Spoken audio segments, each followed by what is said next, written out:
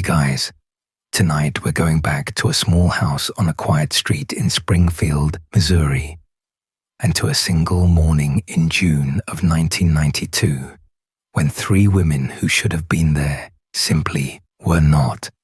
A 47-year-old mother named Sherrill Levitt, her 19-year-old daughter, Suzie Streeter, and Suzie's 18-year-old friend, Stacy McCall, who had graduated from high school only the afternoon before. They went to sleep, or they were getting ready to, in an ordinary home with the lights low and the television on. By the time the sun came up, all three of them were gone, and almost everything they owned was still sitting exactly where they had left it. Before we settle in for this one, take a moment to like the video and subscribe, but only if you genuinely find value in what we do here. No pressure and no guilt. And thank you, truly, to everyone who suggested this case. We're also now on Spotify, so check the description for the link if you ever want to listen there too. Now dim those lights, get comfortable. This is a long one, and the story of these three women deserves to be heard carefully, from beginning to end, with patience. Sherrill kept her daughter's voice close. Suzie had just been handed a copy of a Dr. Seuss book about all the places she would go. Stacy was the responsible one, the friend who always called her mother when she said she would. They were three real people with full lives ahead of them, and what happened to them remains one of the most baffling unsolved disappearances in American history. Have you ever wondered how three grown people can vanish from inside a locked-up house in the middle of a city without a single neighbor hearing a sound? Have you ever wondered how an entire investigation can begin already half broken before the police even arrive? And have you ever wondered what it does to a family to wait not for years, but for decades, with no body, no grave, and no answer? To understand all of that, we need to go back to before any of it happened. We need to know who these women were while they were still here. So let's start at the beginning, on an ordinary street, in an ordinary house, in the late spring of 1992. Springfield, Missouri, in the early 1990s, was the kind of place that did not feel like it belonged in a crime story. It is a mid-sized city set in the rolling hills of the Ozarks, surrounded by lakes and limestone and long two-lane roads that disappear into the trees. People knew their neighbors. Kids rode their bikes until the streetlights came on.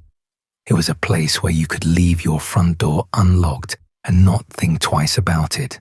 And that detail, as ordinary as it sounds, is going to matter a great deal before this night is over.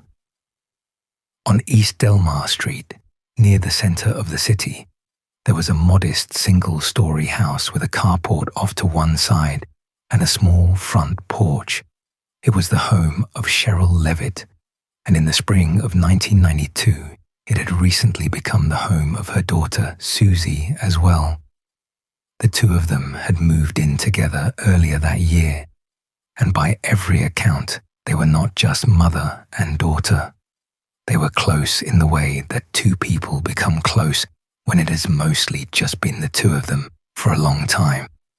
Let's talk about Sherrill first, because she is so often the one the story forgets. When people tell this case, they tend to lead with the two teenage girls, with the graduation, with the youth of it all. But Sherrill Elizabeth Levitt was the heart of that little house, and she deserves to be remembered as more than someone's mother. Sherrill was 47 years old. She had been born on the 1st of November in 1944, which would have made her a woman who came of age in the 1960s, who had lived through a great deal by the time her daughter graduated high school. She was small, barely 5 feet tall, slight and freckled, with short light blonde hair that curled naturally, longer on the top and cropped close in the back. She worked as a cosmetologist at a salon in town called New Attitudes, where she did hair, where she knew her regulars, where she spent her days making other people feel a little better about themselves. That was the work. Listening, remembering what someone told you last month, sending them back out into the world looking like the version of themselves they wanted to be. She was a single mother, and she was, by the accounts of the people who knew her, devoted to Suzie. The relationship between them was not the strained, eye-rolling dynamic you might expect between a mother and a 19-year-old daughter living under the same roof. They were, people said, more like close friends who happened to be family. Sherrill smoked, and she smoked a lot. Her friends and family described her as a chain smoker, the kind of person who always had a cigarette going. Remember that detail. It is small, and it is human. And later, it will become one of the quiet things that did not add up. Now picture the evening of June 6th, 1992. Sherrill is at home.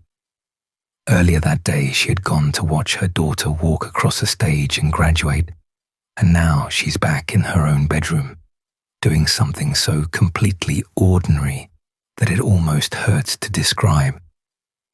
She's thinking about a piece of furniture. She has an armoire, a wooden wardrobe, in her bedroom, and she has decided she wants to refinish it. At around 11:15 that night, she is on the phone with a friend, and the two of them are talking about paint and varnish, about how she might redo the piece, about colors. It is the last conversation anyone is known to have had with Sherrill Levitt. She hung up the phone planning to paint a wardrobe. She was making plans for the next small project in an ordinary life. Let's talk about Suzie now.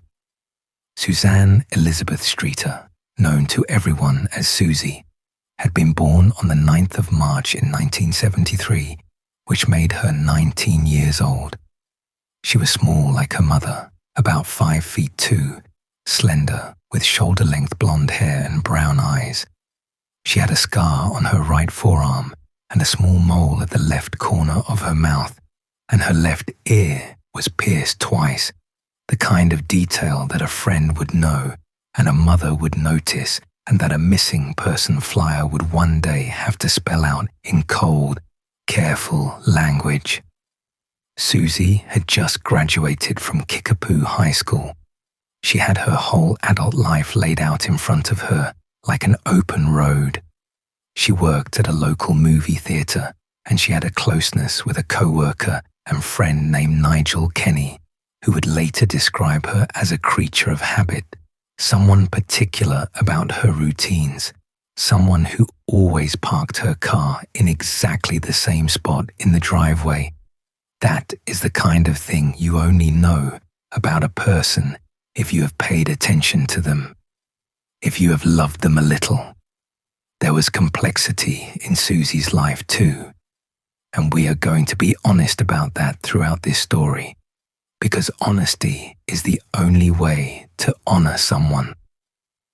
Suzie had recently come out of a relationship with a young man named Dustin Reckler, and that relationship and the circumstances around its ending are going to come back into the story later in a way that matters.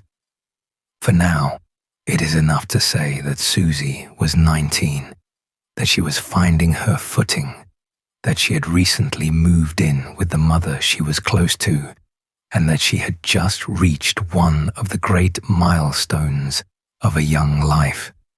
She had graduated. She had made it to the other side of childhood, and she was excited about something almost comically small and ordinary.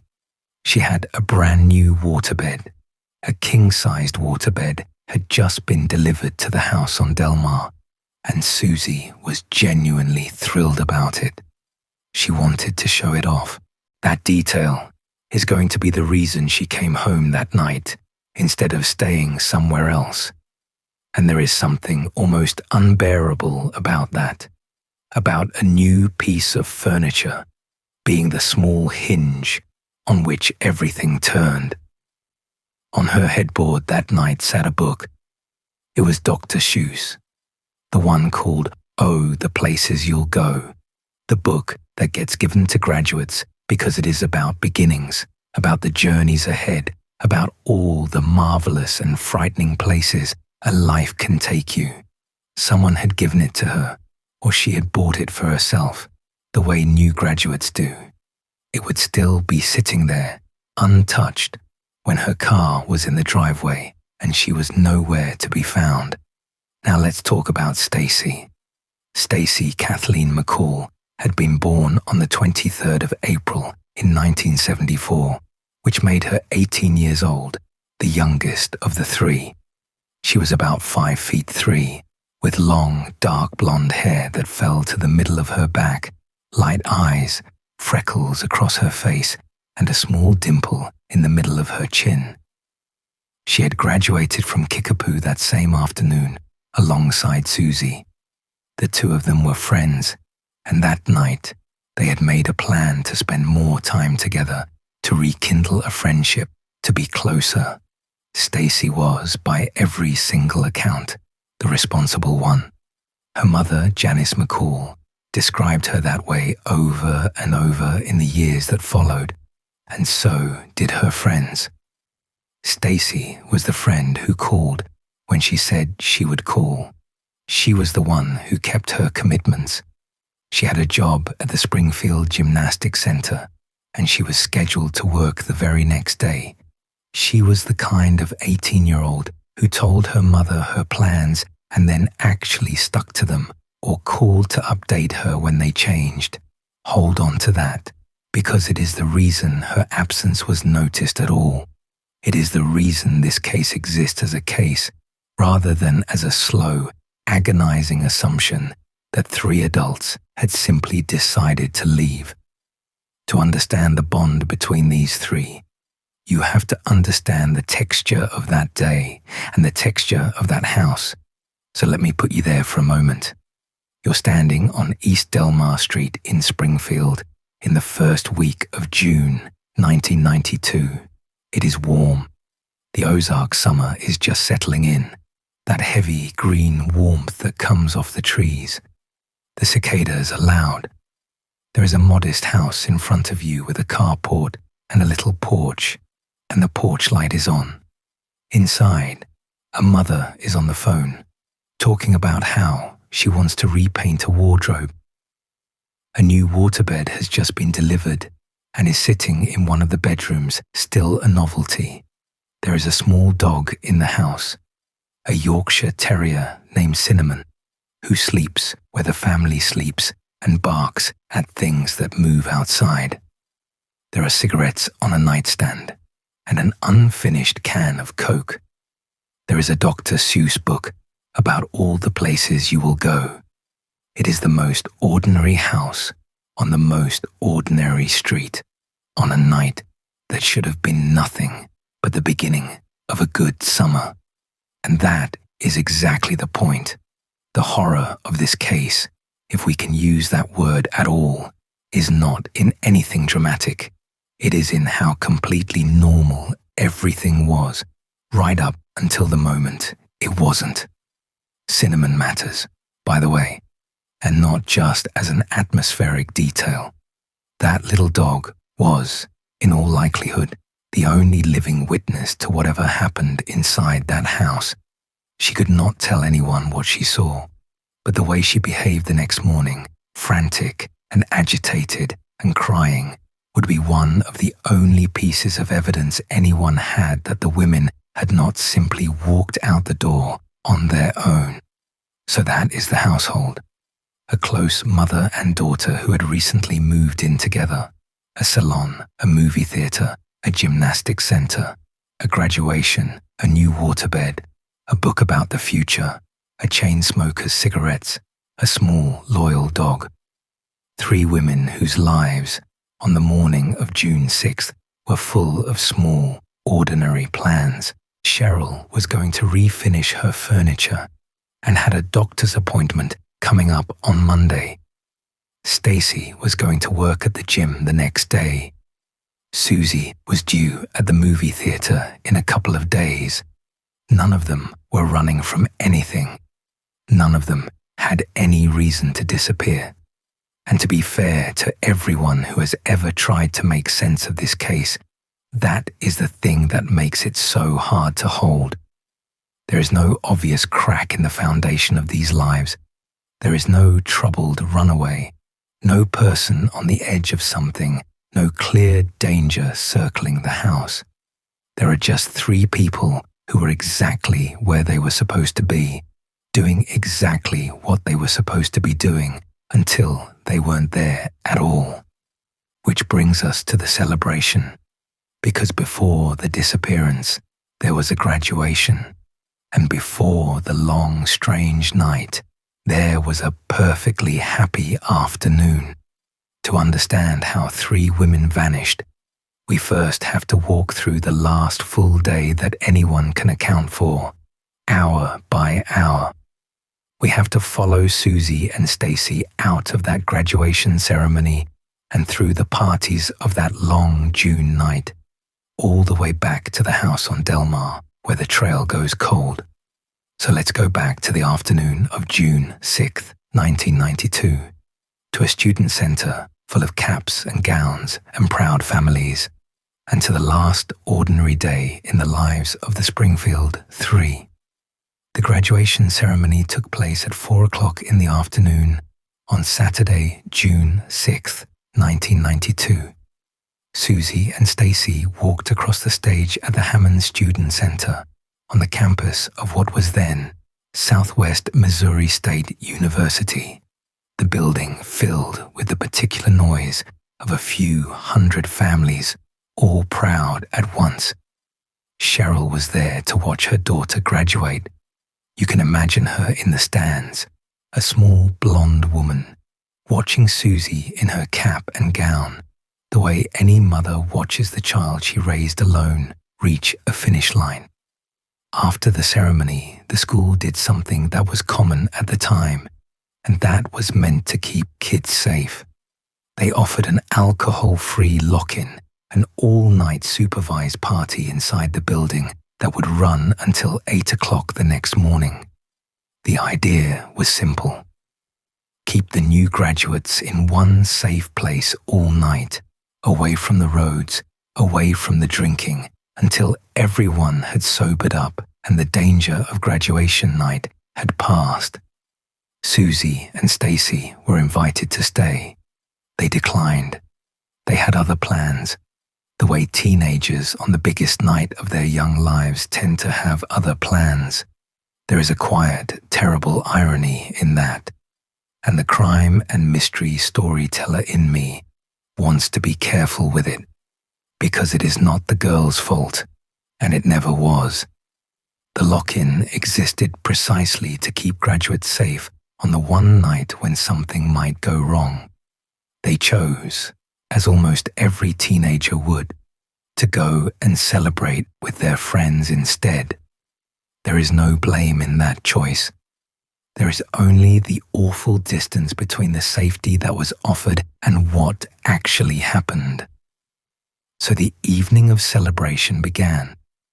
Stacy went home first, where her family took photographs of her with her graduation cake, and where she was given a graduation present that could not be more tender if you tried to invent it.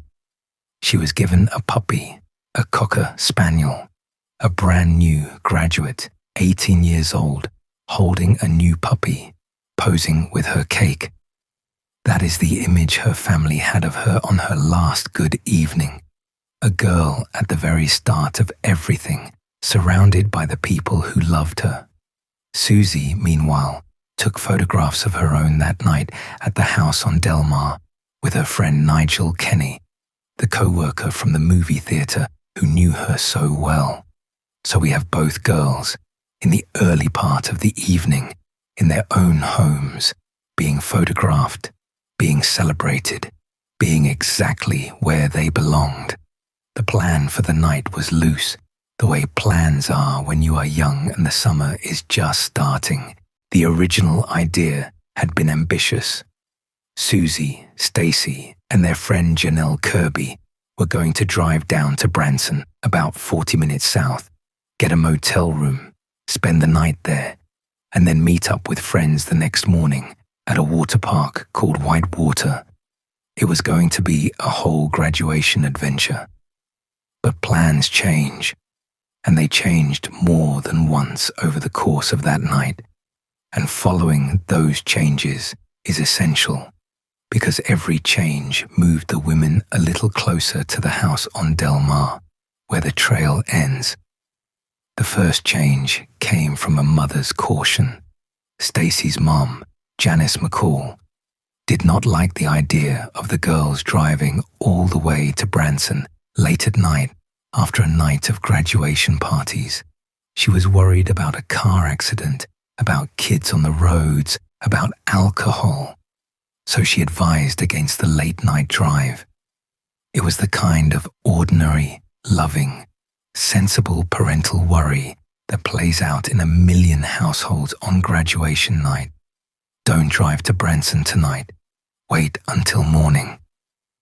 Around 10 o'clock that night, Stacy called her mother to check in, the way she always did, and she told her the plan had changed. "Mum, don't worry," Stacy said. "We're not going to Branson tonight." A new plan had formed. The girls would stay local that night, and everyone would gather the next morning, somewhere between 8 and 8:30, to go to Whitewater together. Janice hung up the phone reassured. Her responsible daughter had checked in.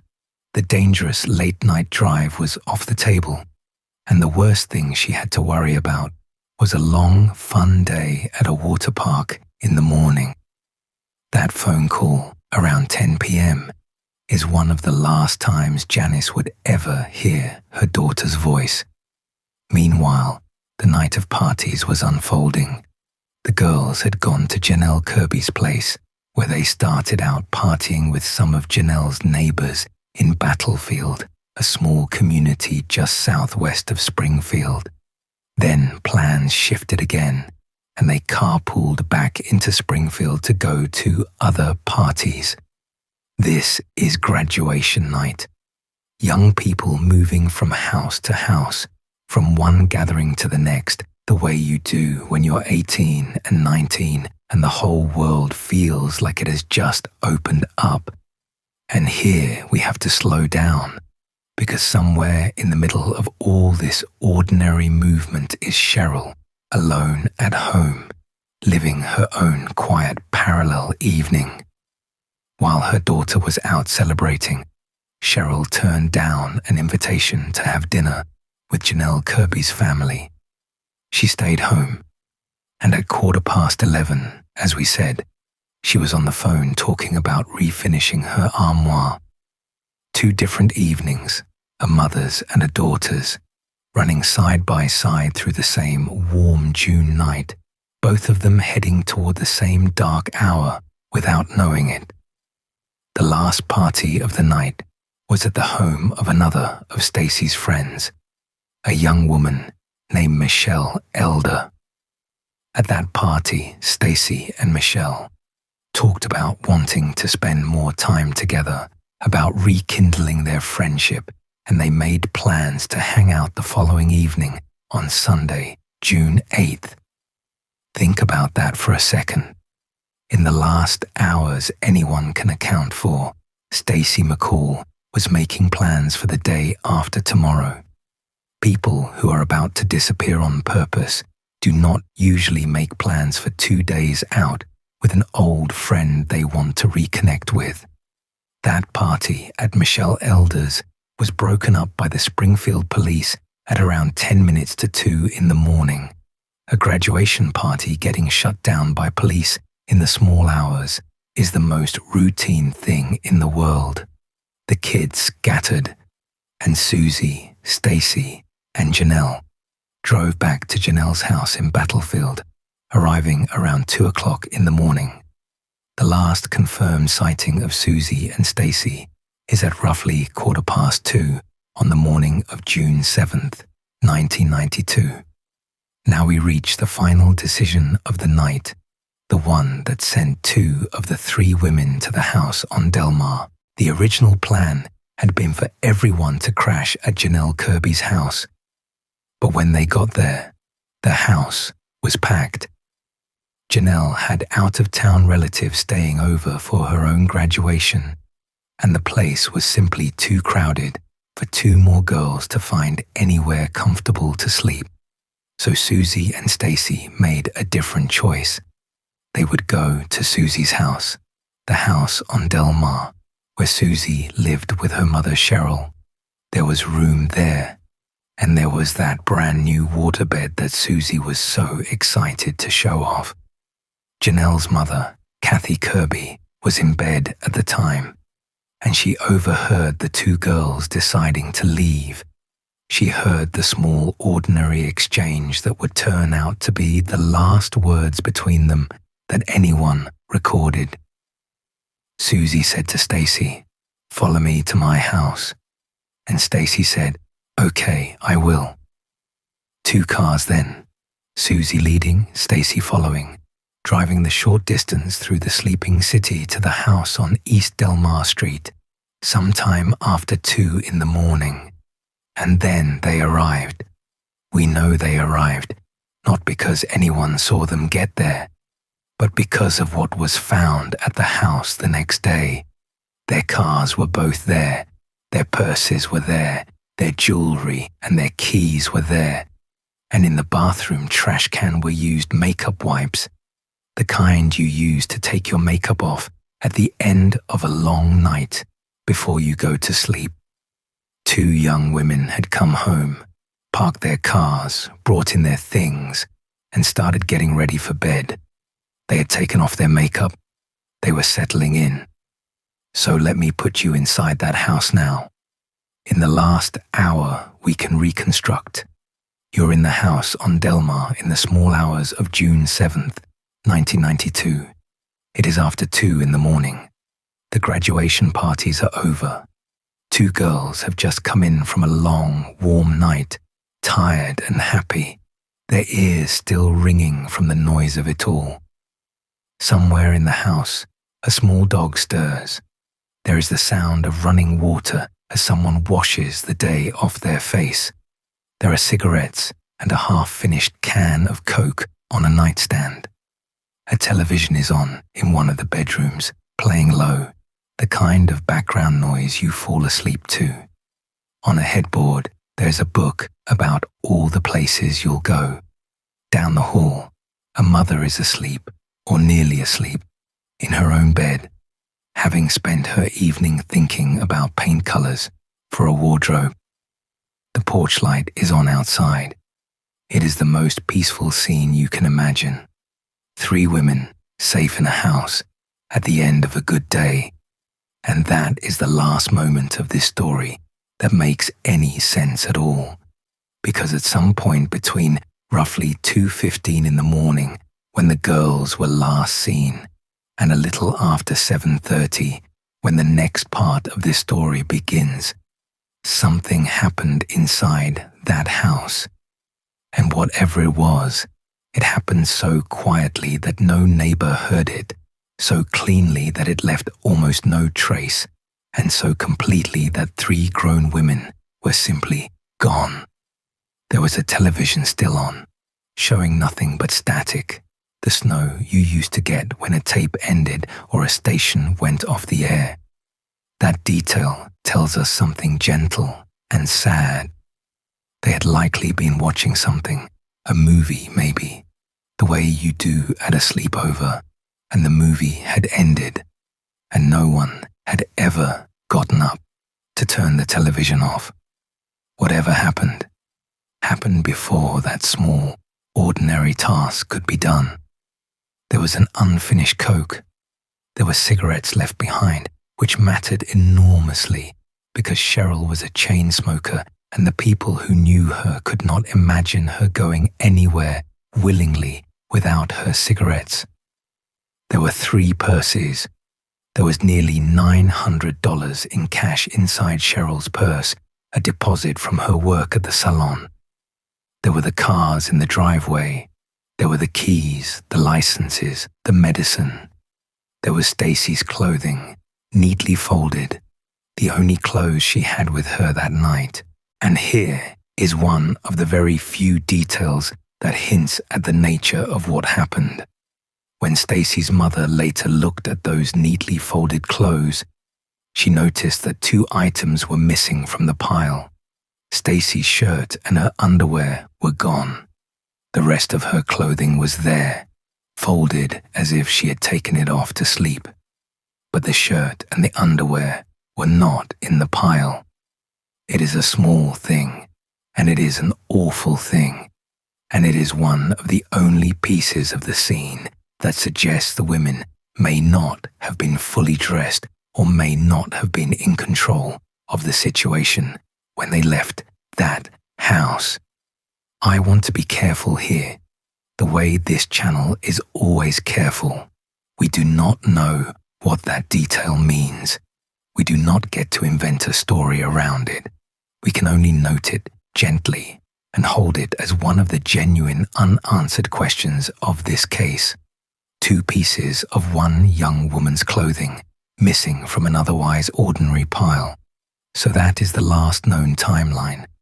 2 girls graduate at 4 in the afternoon. They decline the safe all-night lock-in. They celebrate. Plans change again and again, each change small and reasonable. A mother on the phone about a wardrobe.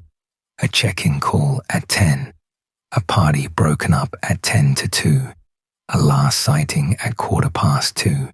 A decision to go to the house on Delmar because another house was too crowded and there was a new waterbed to show off. 2 cars driving through the dark, makeup wiped off, a television left on, a book about the future on the headboard, and then nothing. Then morning. Then the part of the story where the people who loved them began, slowly and then all at once, to realize that something was terribly wrong.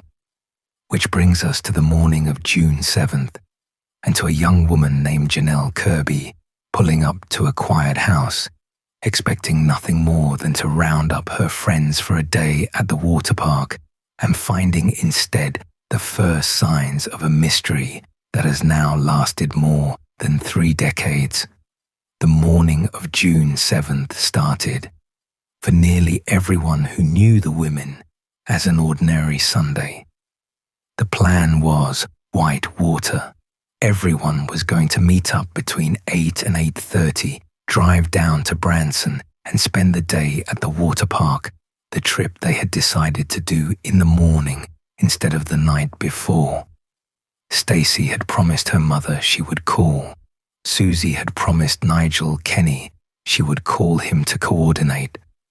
Those calls never came. Around 9 o'clock in the morning, Janelle Kirby and her boyfriend, Mike Henson, drove over to the house on Delmar. Suzie and Stacy had not shown up at Janelle's place, and they were supposed to leave from there for the water park.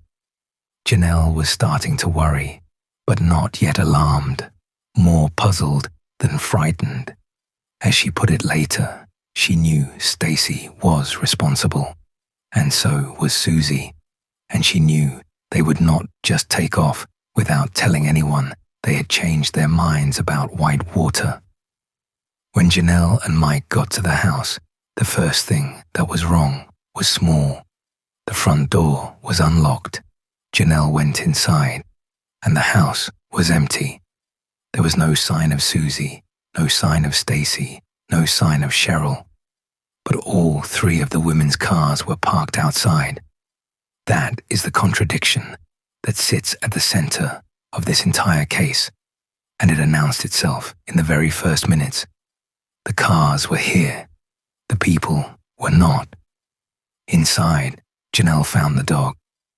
Cinnamon, the little Yorkshire Terrier, was agitated and upset. And as Janelle moved through the house, trying to make sense of the emptiness, She noticed something on the front porch. The glass globe that covered the porch light had been shattered. The light bulb itself was intact, still there, but the glass shade around it was broken into pieces. Now, what happened next is one of the most painful parts of this entire story, and I want to walk through it with care because it was nobody's fault and it changed everything. Mike Henson, Janelle's boyfriend, saw the broken glass on the porch. Janelle was barefoot, so Mike did the natural, helpful, completely human thing. He swept up the glass so that Janelle would not cut her feet. He was being kind. He was being practical. There was no reason, in that moment, for a young man to think he was standing in the middle of a crime scene. As far as anyone knew, 3 women had stepped out somewhere and would be back. But that broken porch light may have been the very first piece of physical evidence in the case.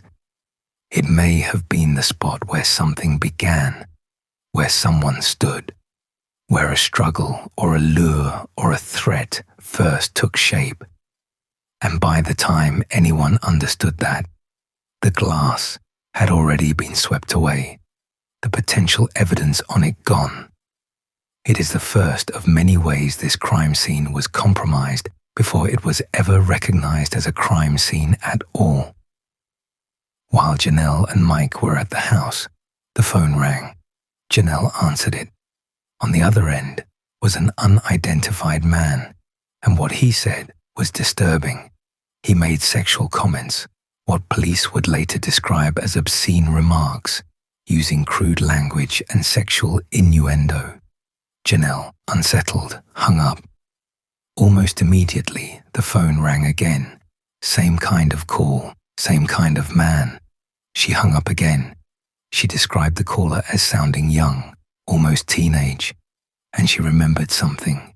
Suzie had complained, since moving into the house that spring, about getting prank calls, obscene calls, the kind of harassment that, in 1992, a young woman might have brushed off as some creep with a phone book and too much time on his hands. So Janelle, in the moment, filed those calls under that same category. Just a prank caller again, just a creep. She had no way of knowing, in that moment, whether those calls had anything to do with where her friends had gone.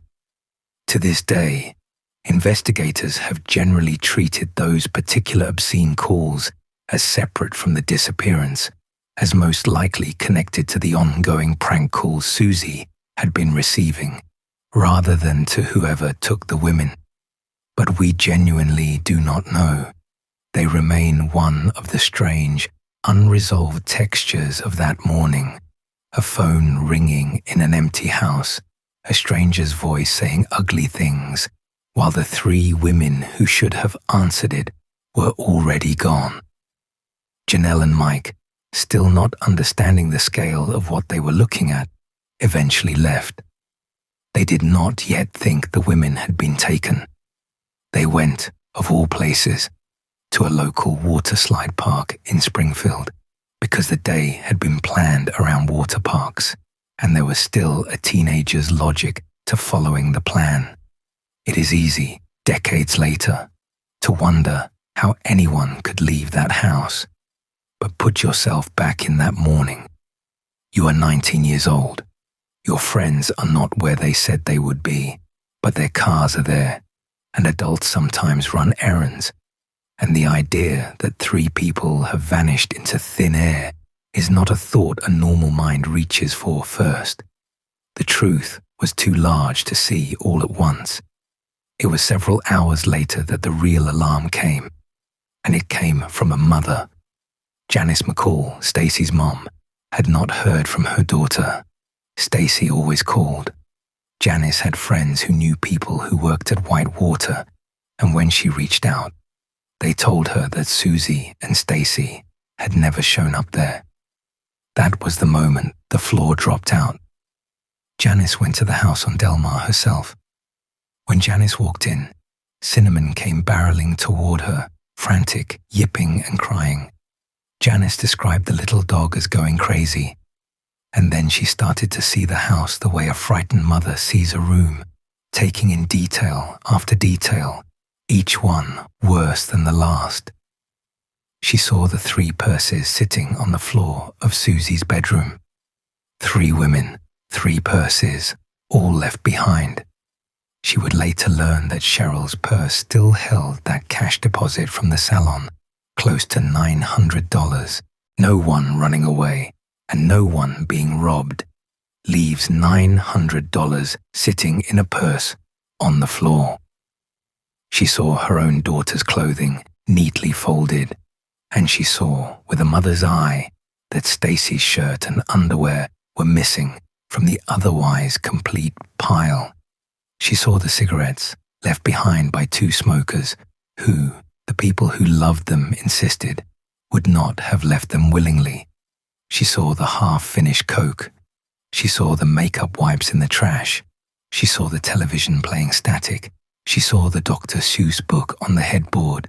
She saw the keys, the jewelry, the everyday objects of 3 lives, all present, all accounted for, with the 3 lives themselves erased from the middle of them. Janice called the police from the phone in that house, and here we come to one of the single, most agonizing details of the entire case.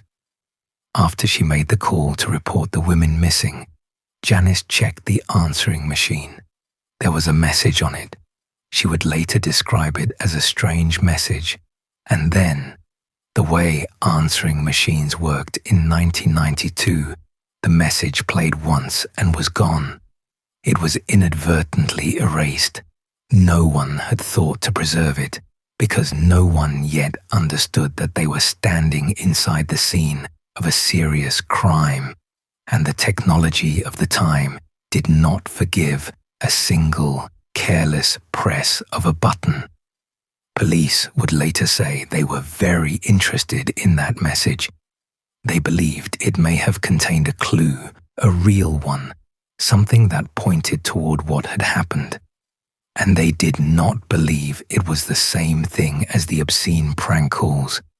It was something else, something that, for one moment, existed on a little cassette tape in a quiet house, and then was gone forever. We will never know what that voice said. It is one of the great lost pieces of this case, and it was lost not to any criminal mastermind, but to the simple, heartbreaking fact that nobody knew yet how much everything mattered. And that brings us to the larger tragedy of that day, the one that has haunted this investigation for more than 30 years. By the time the police truly arrived and took control of the house, the crime scene had already been thoroughly compromised. It was not 1 or 2 people. Over the course of that long, confused day, an estimated 10 to 20 people came and went from the house on Del Mar. Worried friends, frightened family, people who could not just sit at home while the women they loved were missing. And as people do in a house, especially people who are anxious and waiting and trying to feel useful, they tidied, they cleaned, someone emptied ashtrays, someone washed out coffee cups, people sat down, touched surfaces, moved through rooms, all of it with the best intentions, all of it slowly erasing the very traces that might have told investigators what happened. When Springfield police officers like Rick Bookout arrived, the first thing they noticed was the chaos of it. People in the yard, the door open, people coming and going from inside the house.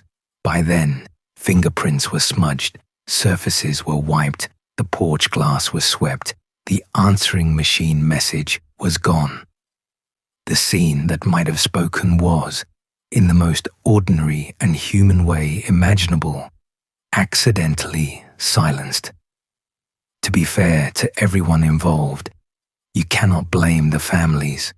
You cannot blame a barefoot teenager's boyfriend for sweeping up glass, or a frightened mother for picking up a phone or worried friends for washing a coffee cup while they waited for news.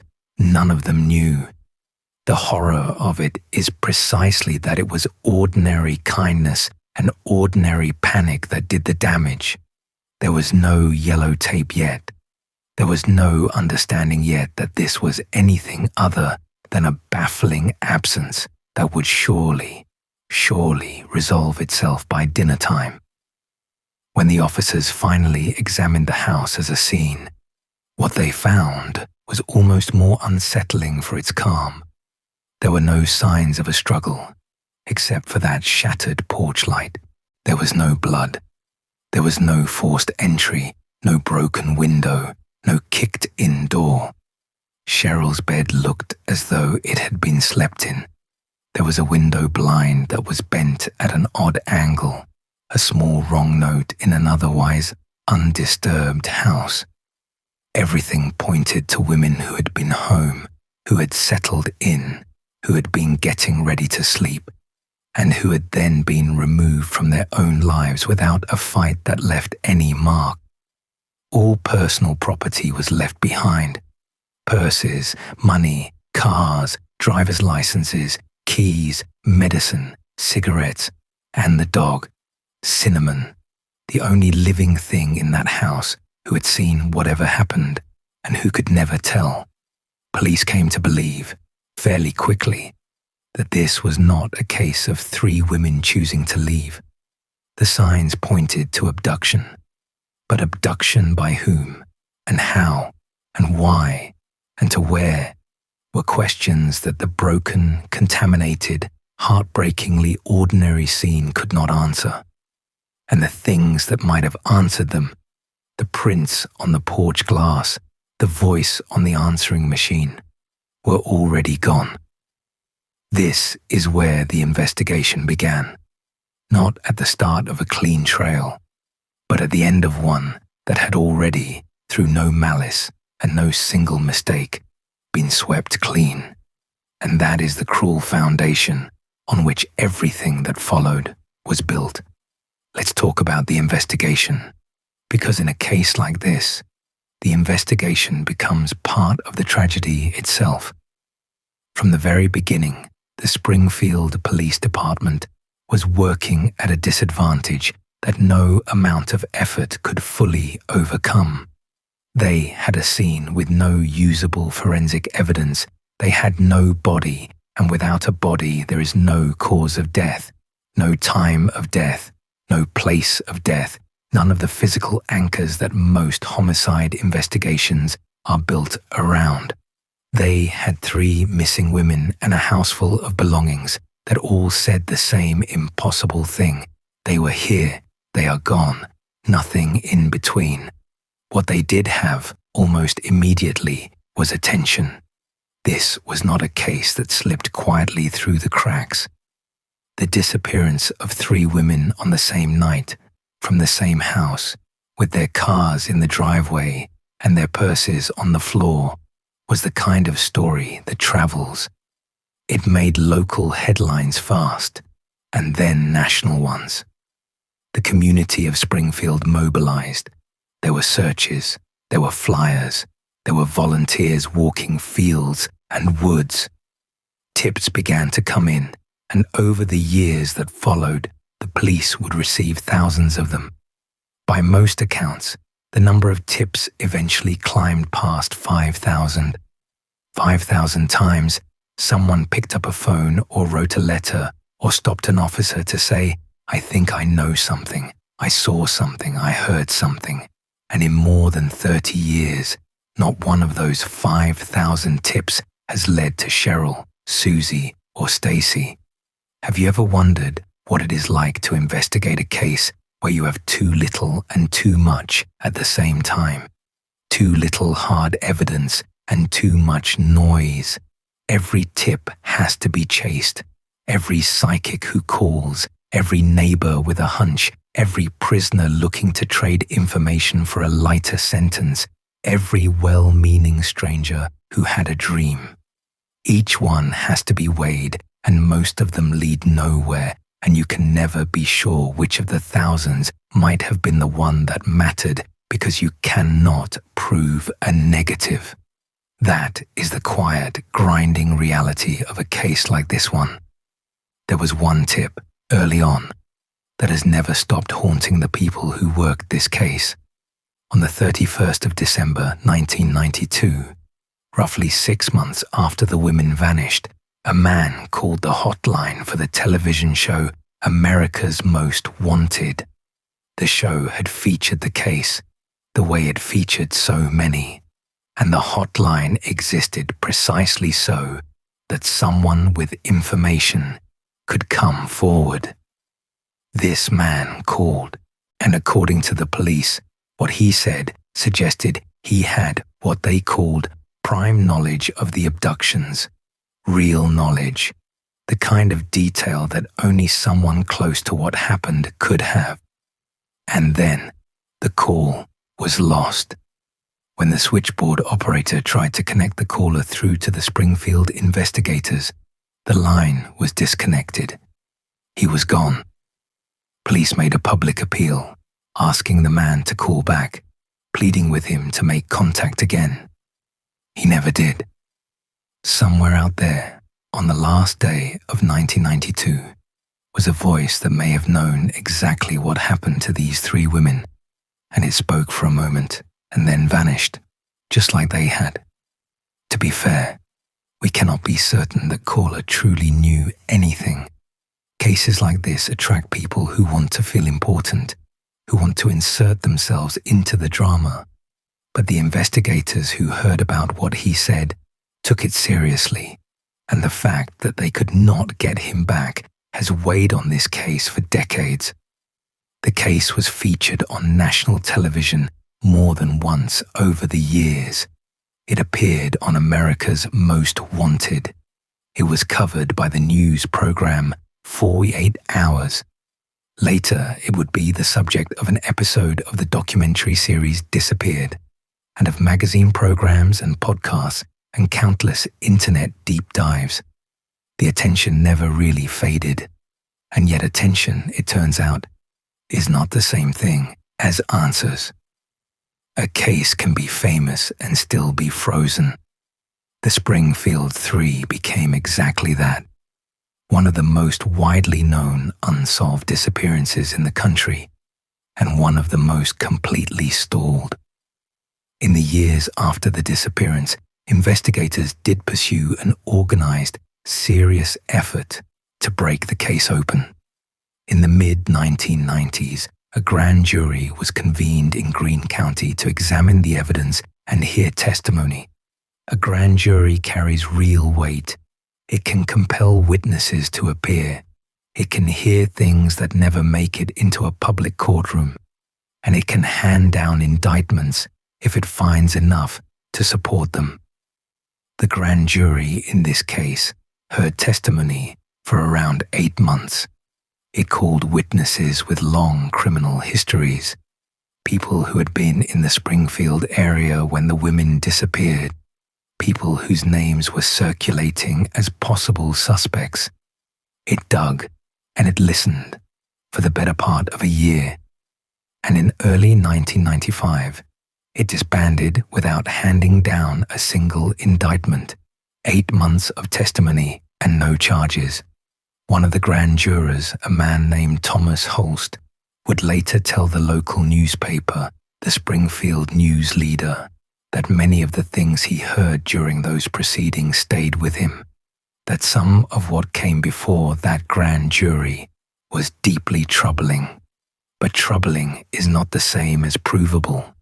The grand jury heard enough to disturb the people sitting on it, and not enough to charge anyone with a crime. That gap between what investigators may have believed and what they could prove is the gap this entire case lives inside. There is another lead that deserves to be told carefully, because it has become one of the most discussed pieces of this case, and because it shows both how far people were willing to go for answers and how thin the ground really was. At some point, investigators received a tip that the bodies of the 3 women had been buried in the foundation of a parking garage at Cox Hospital on the south side of the structure. Where the tip came from is itself part of the story. According to a former assistant at the Greene County Prosecutor's Office, Darryl Moore, the tip came from someone who either claimed to be a psychic or claimed to have had a dream or a vision about the case. That is the kind of tip that investigators receive constantly and almost always set aside. But this one took on a life of its own. In 2007, a crime reporter named Kathy Baird, who had followed the case closely, brought in a mechanical engineer named Rick Norland to scan a corner of that parking garage with ground-penetrating radar. Ground-penetrating radar is a tool that can detect disturbances and anomalies beneath a solid surface, the kind of irregularities that can, sometimes, indicate that the ground was dug up and something was placed inside. Norland ran his scan, and he found 3 anomalies. 3, roughly the same size as one another. 2 of them parallel, the 3rd perpendicular. To people desperate for an answer, 3 anomalies the size of graves in the exact spot a tipster had named felt like it had to mean something. But here is where careful thinking matters, and where the police pushed back with reasoning that is genuinely hard to argue with. A spokesperson for the Springfield Police Department, Lisa Cox, pointed out that the person who originally provided the tip had offered no evidence and no logical reasoning behind the theory, not at the time and not since. And more importantly, she pointed out a problem of simple chronology. Construction on that parking garage did not begin until September of 1993. The women disappeared in June of 1992. That is more than a year earlier. For the bodies to be in the foundation of the garage, someone would have had to keep them or move them and place them at a construction site that did not yet exist when they vanished, in a spot that would later be paved over. The police concluded that tearing up and rebuilding a hospital parking garage at enormous cost, on the strength of a psychic's vision and 3 radar anomalies, with no credible reason to believe the bodies were there, simply could not be justified. They determined the lead was not credible. The garage was never excavated. I want to sit with that for a moment, because it captures something essential about this case. The ground-penetrating radar story is the kind of thing that sounds in a headline like a smoking gun. 3 grave-sized anomalies under a hospital garage in the exact location a tipster named. But when you slow down and look at it the way an investigator has to, the timeline does not work, the source is not credible. And the anomalies could be 100 ordinary things beneath a parking structure. This is the difference between a story that satisfies our hunger for an ending and a fact that can actually carry the weight of a conclusion. Over and over in this case, the things that feel like answers dissolve when you hold them up to the light, and the families have had to live inside that, watching hope rise and fall with every new lead. There were other moments where it seemed, briefly, that the women might be found. In January of 1998, the remains of a young woman were discovered in a sinkhole in Stone County, Missouri, in a deep pit, the body having been brought there from somewhere else. Based on its condition, the remains had been there for at least 5 years, which put the timing in a range that could have matched. Investigators in Springfield were curious. They hoped, in the grim way that investigators in a case like this come to hope, that perhaps these remains might be Suzie or Stacy and might finally give a family somewhere to grieve. They were not. The remains belonged to someone else, another lost young woman, another family's tragedy, but not this one. And the Springfield Three remained exactly where they had been since June of 1992. Nowhere that anyone could find. In 1997, 5 years after the disappearance, 2 of the 3 women, Sherrill Levitt and her daughter Suzie Streeter, were legally declared dead. That is a legal step, not a discovery. It allows estates to be settled, affairs to be put in order, the machinery of life to grind forward even when the heart cannot. It does not mean anyone found anything. It does not mean the question was answered. In fact, the case files for all 3 women remain officially classified as missing persons cases to this day. The law could call them dead. The investigation could not say how or where or by whose hand. And so the investigation settled into the long, cold patience that defines an unsolved case. The active, frantic searching of the early days gave way to the slow accumulation of tips that led nowhere, the periodic flare of media interest on anniversaries, the occasional new theory or new technology that raised hopes and then let them down. Detectives retired. New detectives inherited the file. The box of evidence, such as it was, got pulled out and reviewed and put back. The reward stayed posted. The flyers faded.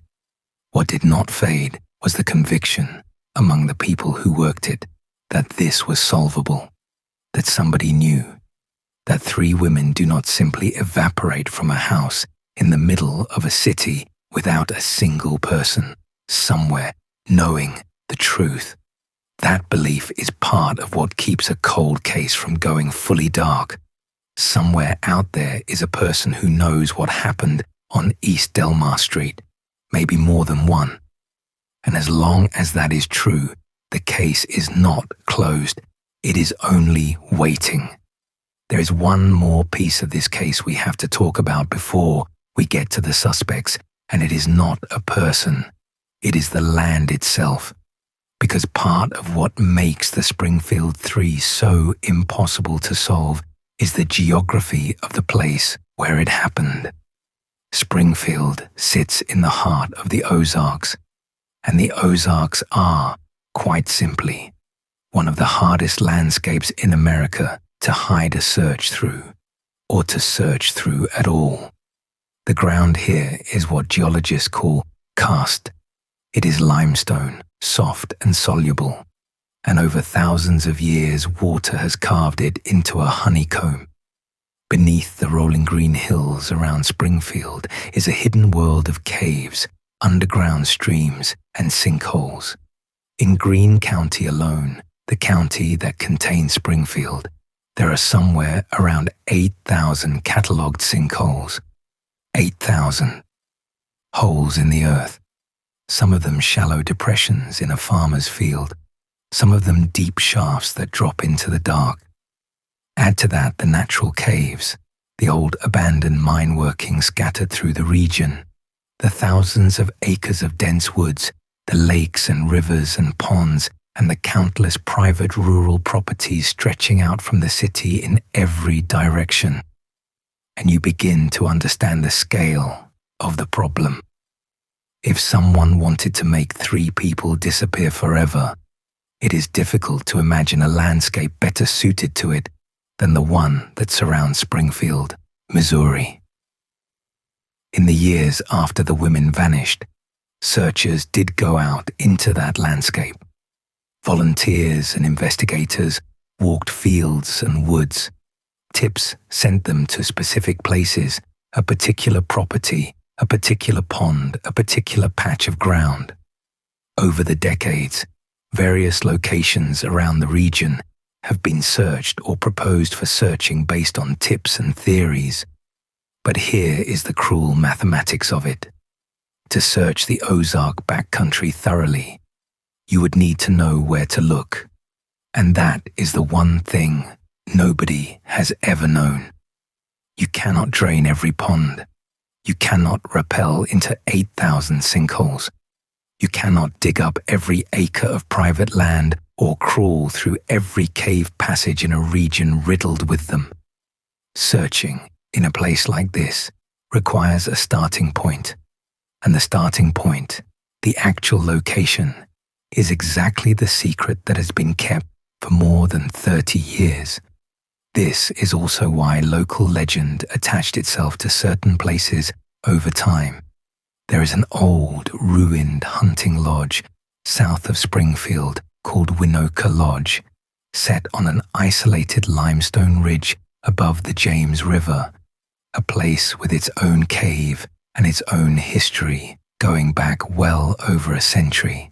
For generations, it has drawn ghost stories and rumors, and inevitably, when 3 women vanished, some people wondered whether a remote, half-forgotten place like that might hold an answer. There has never been any evidence connecting it, or the abandoned mine shafts, or any other specific piece of wilderness, to the women. These are theories born of desperation and of the eerie quality of the landscape itself, the sense that in country this wild and this hollow underneath, anything could be hidden and never found.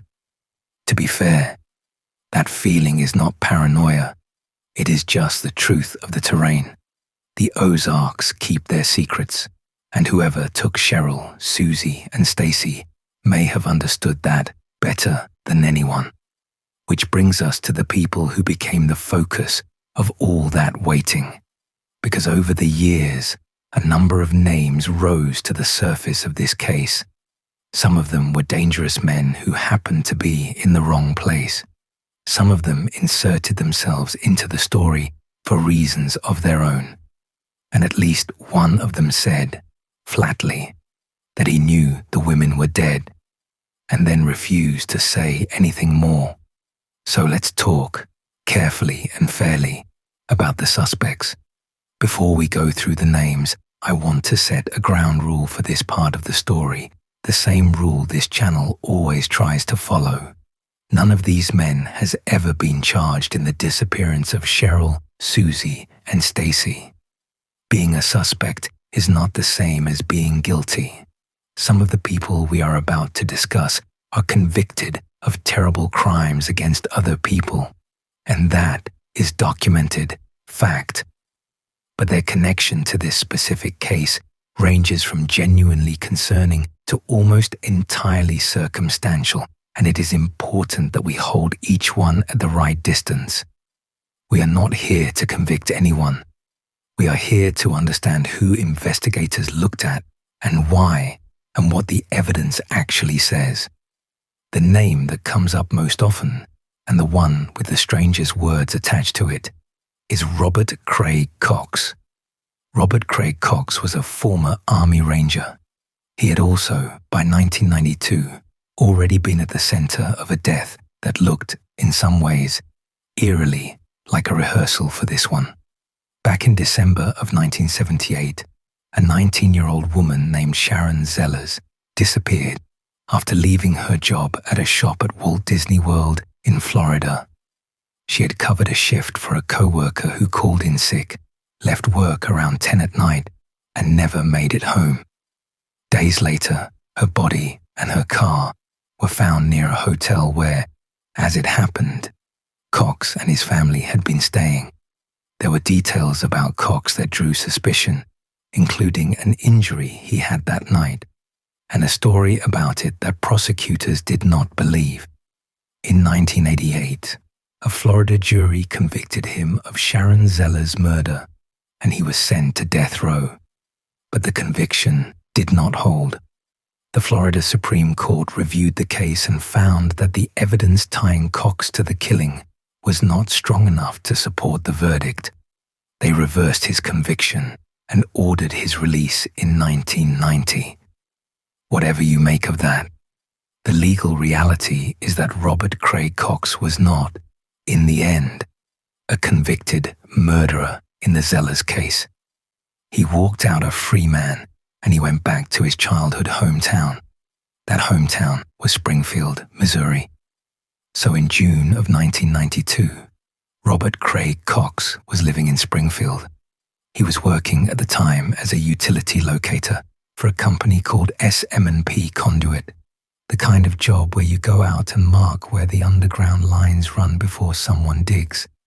There were also reported connections between Cox and the McCall family, accounts that he had at some earlier point worked at the same business as Stacy's father.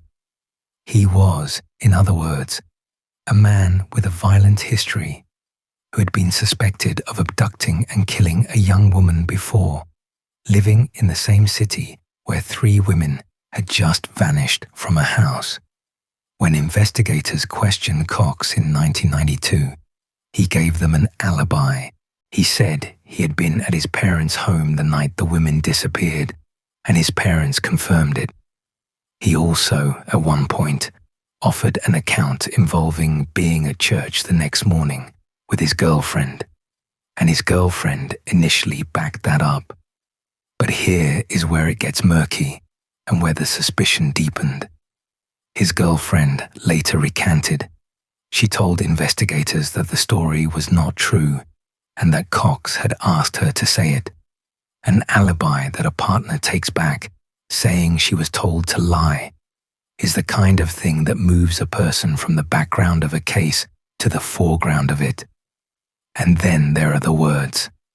This is the part of the Cox story that people remember, the part that has made him a fixture in every retelling. In the mid-1990s, after Cox had been arrested again and imprisoned for an armed robbery in Texas, a robbery in which he held a gun on a child, he began talking to journalists about the Springfield case, and he said more than once that he knew the 3 women were dead. Not that he thought so, not that it seemed likely, that he knew. In a 1996 prison interview, he told a reporter, in effect, "I know that they are dead.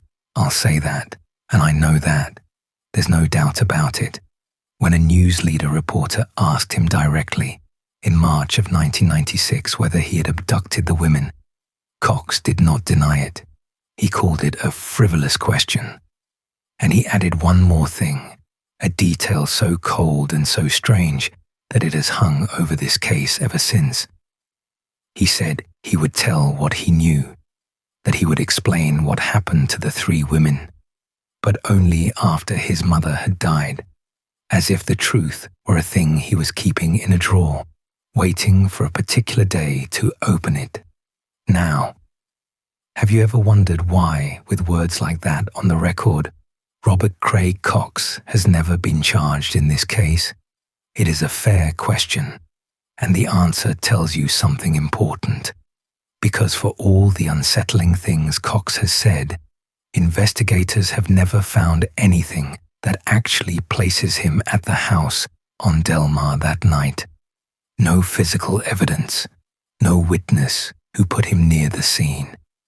His statements, the things that make him sound guilty, can be read another way. Cox is a man who has spent much of his life in prison, who clearly enjoys attention, who has every reason to want to seem more significant and more dangerous than he can be proven to be. Claiming knowledge of an infamous unsolved case from the safety of a Texas cell cost him nothing and makes him, in a grim way, important.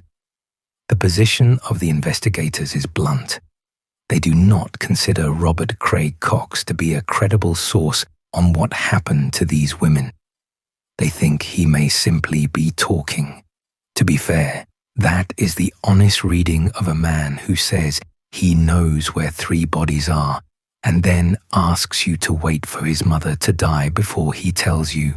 It is either the cruelest kind of knowledge or the emptiest kind of performance, and we cannot prove which.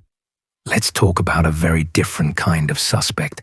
Dustin Reckler was a young man who had dated Suzie Streeter, and in the months before the disappearance, Reckler had done something genuinely disturbing. In February of 1992, only a few months before the women vanished, he and at least one other person broke into a mausoleum in Springfield. They broke into a place where the dead are kept, and they pried gold fillings out of a corpse's skull. The amount of gold was small, reportedly around $30 worth. The act itself was grotesque. Here is why that mattered to investigators. Suzie had given a statement to authorities about that mausoleum break-in. She was, by some accounts, expected to be a witness against Reckler if the case went forward, which means that Suzie Streeter was potentially a problem for Dustin Reckler and his friends, a young woman who knew what they had done and who had talked to the police about it. And Reckler, along with the friends who had been involved in the grave robbery, was known to be in the Springfield area on the night the women disappeared. So the theory, when you lay it out, is not crazy. A young woman is about to testify against her ex-boyfriend and his friends in a creepy, embarrassing, potentially serious criminal case. Those young men are in town the night she vanishes. You can see why investigators looked hard at Reckler. He was called before the grand jury, along with a friend named Michael Clay, who had been involved in the mausoleum break-in. But once again, when you move from theory to evidence, the ground thins out. There was no physical evidence tying Reckler to the house on Del Mar. The grand jury that heard about him and about others came back with no indictments. And there is a logical strain in the theory too. Even if you could imagine these young men wanting to silence Suzie, it is much harder to explain why that would mean also taking Stacy, a friend who happened to be sleeping over, and Sherrill, Suzie's mother, asleep down the hall. The theory accounts for one of the three.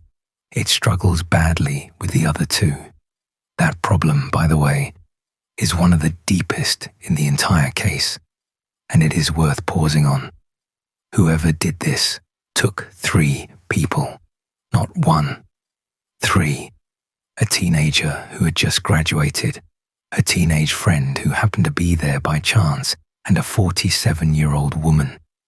Any theory that explains why someone would want to harm one of them has to also explain why they took all 3, quietly from inside a house, without a struggle that left a mark. That is an enormous thing to ask of a single motive, and it is part of why this case resists every tidy explanation anyone has ever offered. Now let's talk about Stephen Garrison and about a motorcycle club called the Galloping Goose. Stephen Garrison was a convicted felon with a long and violent record. He had been released from prison in mid-May of 1992, only about 3 weeks before the women disappeared. He had ties to an outlaw motorcycle club, the Galloping Goose, that operated in the region. In January of 1993, roughly half a year after the disappearance, Garrison was arrested again, this time on weapons and drug charges. As a felon caught with a gun, he was facing serious prison time. And with that hanging over him, he started talking to the police. What Garrison told them was that he had information about the missing women. He claimed he had overheard things, that he had knowledge connected to the case. Police took it seriously enough to spend months investigating possible connections between the Galloping Goose Club and the disappearance. The idea of an organized group, men who knew how to move quietly and keep their mouths shut, was at least the kind of thing that could account for 3 people being taken at once without a trace. But the investigation into the club, like so much else, did not produce anything concrete enough to charge anyone. And Garrison's own credibility is a serious problem. This was a man trying to trade information for leniency on his own charges, which is exactly the situation in which people invent or exaggerate what they know. And then, In a turn that tells you who he was, Garrison escaped from custody, and while he was out, he committed a brutal rape and assault against a young college student in the Springfield area in 1993. He was convicted and sentenced to 40 years in prison for rape, sodomy, burglary, and robbery. So Stephen Garrison is, beyond any doubt, a violent and dangerous man. What he is not, despite his own claims to have known something, is a person anyone has ever been able to tie, with evidence, to the house on Delmar Street. Which brings us to Gerald Carnahan, a name that carries more weight than most, because unlike the others, Carnahan was eventually convicted of murdering a young woman in that same part of Missouri. Gerald Carnahan came from a prominent local family. He was, for a time, on his way to being a well-known and influential figure in the community, an heir connected to a regional manufacturing company. But there was a darkness running underneath that respectable surface. In 1985, a young woman named Jackie Johns, a beauty queen from nearby Nixa, was abducted, beaten, and her body left in Lake Springfield. Carnahan became a suspect almost immediately. Witnesses had reportedly seen a vehicle linked to him near where Johns was last seen and near where her car was later found. He was accused of lying to a grand jury about his whereabouts, though that charge was dismissed at the time, and for years the case against him could not be made. Carnahan's pattern of behavior in the years that followed did nothing to ease suspicion. In March of 1993, less than a year after the Springfield Three vanished, he was arrested for trying to abduct a young woman, an 18-year-old, off a sidewalk in Springfield. She managed to break free and get away, and a witness wrote down his license plate. He served 2 years for that. Investigators also, over the years, looked at him in connection with another death, that of a woman named Debbie Sue Lewis in 1987, whose disappearance carried echoes of the Jackie Johns case, a woman gone from her car, her belongings left behind, her remains found much later. Carnahan was never charged in that one. The story of Jackie Johns finally reached a kind of resolution decades after her death, and it reached it through science. Advances in DNA testing eventually allowed investigators to connect Gerald Carnahan to physical evidence from the Johns case, and around 2010, roughly 25 years after the murder, he was convicted of killing her. He was sentenced to life in prison, where he remains. So when people look at Carnahan as a possible suspect in the Springfield Three, the logic is understandable. Here is a man who, we now know for certain, abducted and murdered a young woman in that exact region, who tried to abduct another young woman off a Springfield sidewalk less than a year after our case, who was suspected in yet another death with similar features. A man proven to have abducted and killed a young woman, operating in the right place, in the right years. It would be strange not to consider him. But consideration is not connection. For all that Carnahan is a convicted murderer who terrorized women in that area, there has never been evidence placing him at the house on Delmar, or linking him to the disappearance of these 3 specific women. His crimes that we know about share a pattern with each other.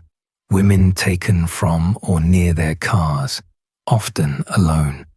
The Springfield Three breaks that pattern. 3 people taken from inside a house at once. It does not fit the way he is known to have operated. That does not clear him. It simply means that, like the others, he remains a name that fits the general shape of the case without ever clicking into its specific facts. There is one more name worth mentioning, and then we need to step back and look at the whole. Larry Dwayne Hall is a suspected serial killer, a man believed to have abducted and murdered a number of young women across the Midwest. He had an unusual hobby. He traveled the region to take part in Civil War reenactments, dressing in period costume and gathering with others to restage historic battles. And here is the detail that put his name into this case.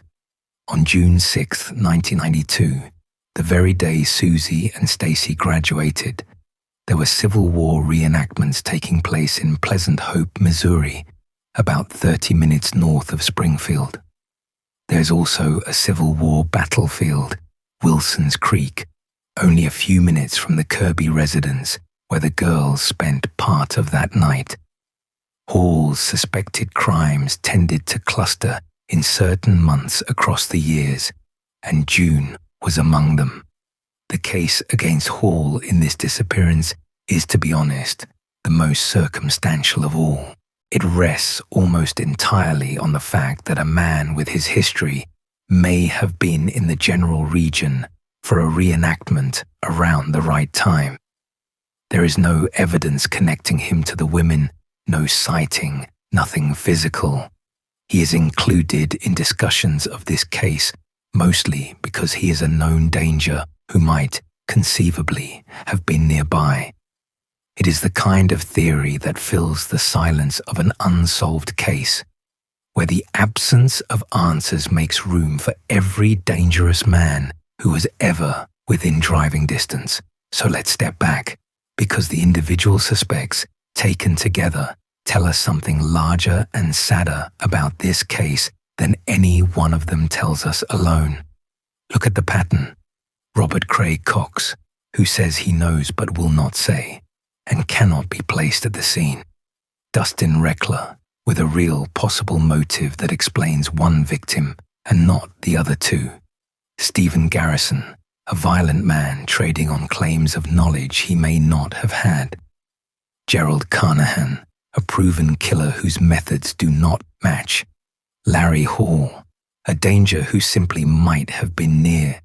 Every single one of them is, in some way, a man capable of terrible things, and not one of them can be connected by hard evidence to the inside of that house on the night it happened.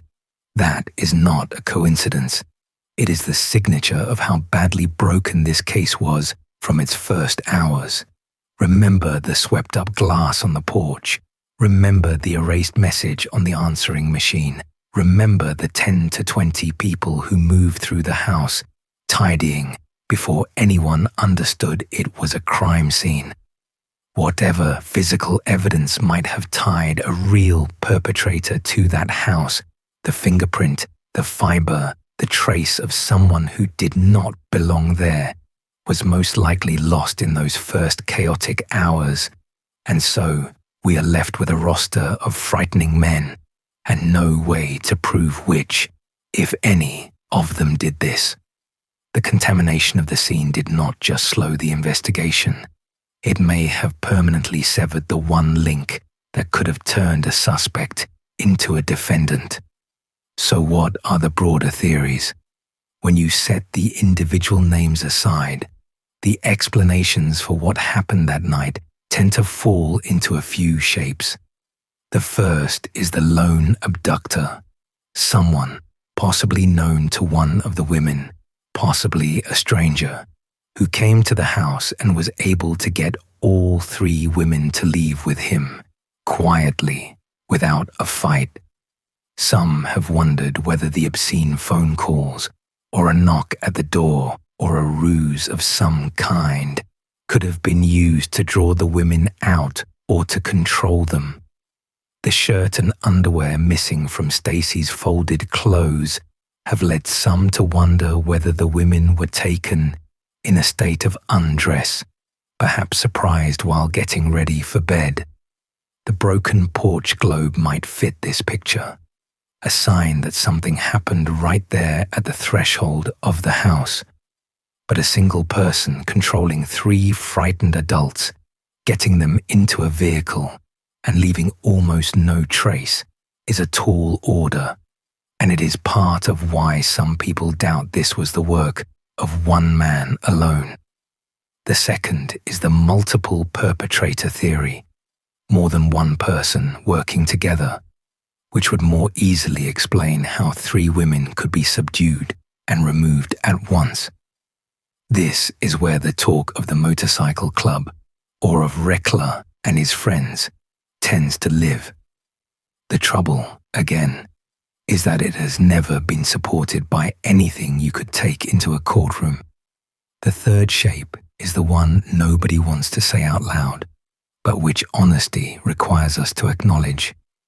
It is possible that the person or people responsible were never on the suspect list at all, that the real answer is a name that has never come up, someone who was careful or lucky, or simply never crossed the investigation's path.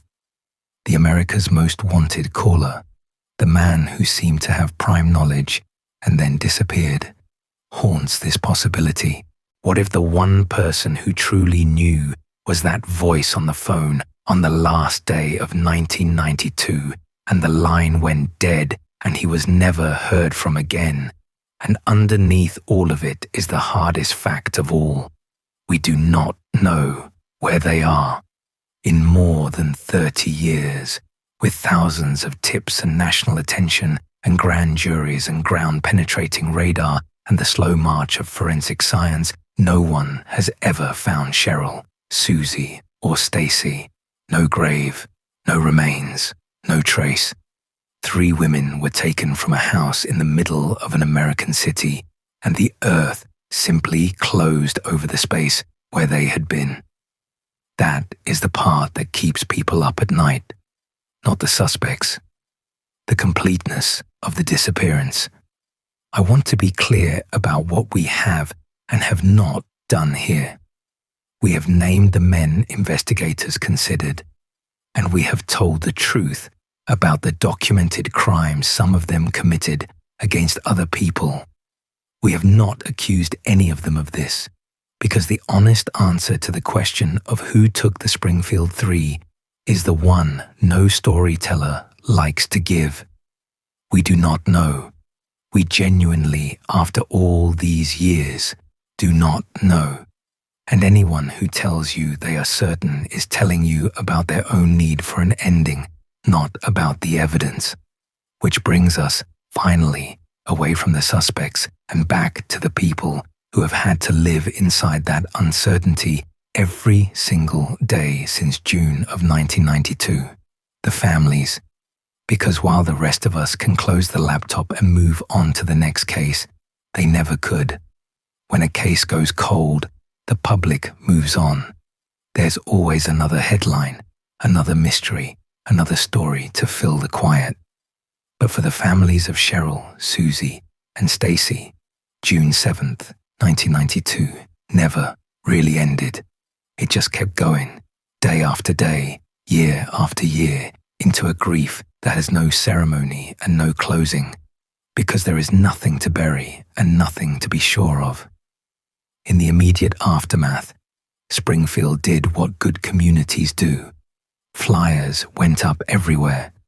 Billboards with the women's faces appeared across the Ozarks, so familiar that for a generation of people in that part of Missouri, you did not have to explain who the Springfield Three were. You just knew.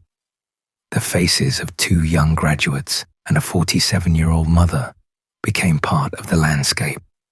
Looking down from the side of the highway at everyone who drove past, a permanent question the whole region was being asked. Where are they? A reward fund was created, money set aside for information that could lead to the women or to whoever was responsible.